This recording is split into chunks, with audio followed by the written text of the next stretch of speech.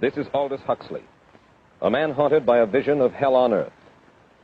A searing social critic, Mr. Huxley, 27 years ago, wrote Brave New World, a novel that predicted that someday the entire world would live under a frightful dictatorship. Today, Mr. Huxley says that his fictional world of horror is probably just around the corner for all of us. Who and what are the enemies of freedom here in the United States? Well, I don't think you can say who in the United States. I don't think there are any sinister persons deliberately trying to rob people of their freedom. But I do think, first of all, that there are a number of impersonal forces which are pushing in the direction of less and less freedom. And I also think that there are a number of technological devices which anybody who wishes to use can use to accelerate this process of going away from freedom, of imposing control. Well, what are these forces and these devices, Mr. Huxley?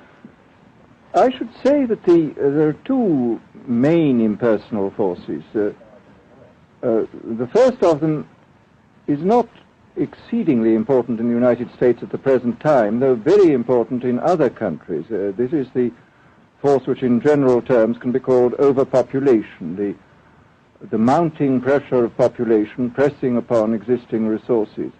This, of course, is an extraordinary thing. Something is happening which has never happened in the world's history before.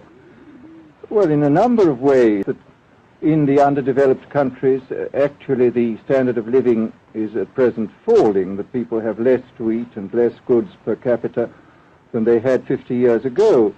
And as the position of these countries, the economic position, becomes more and more precarious, obviously the central government has to take over more and more responsibility for keeping the ship of state on an even keel.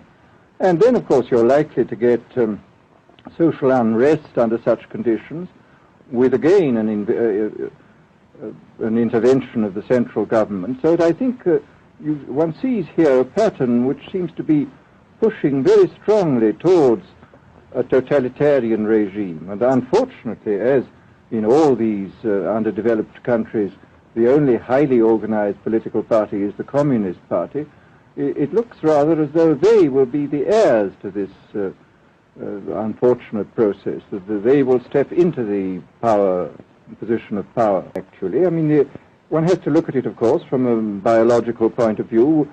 The whole essence of biological life on Earth is a question of balance, and what we have done is to practice death control in a most intensive manner without balancing this with the birth control at the other end. Consequently, the birth rates remain as high as they were. Well, another force which I think is very strongly operative in this country, exactly, we have, after all technology is in itself morally neutral. These are just powers which can either be used well or ill. It's the same thing with atomic energy. We can either use it to blow ourselves up, or we can use it as a substitute for the coal and the oil which are running out. Well, now, this is a very interesting subject. I mean, in this book that you mentioned, this book of mine, Brave New World, I postulated a substance called Soma, which was a very versatile drug. It would make people feel happy in small doses. It would make them see visions in medium doses, and it would send them to sleep in large doses.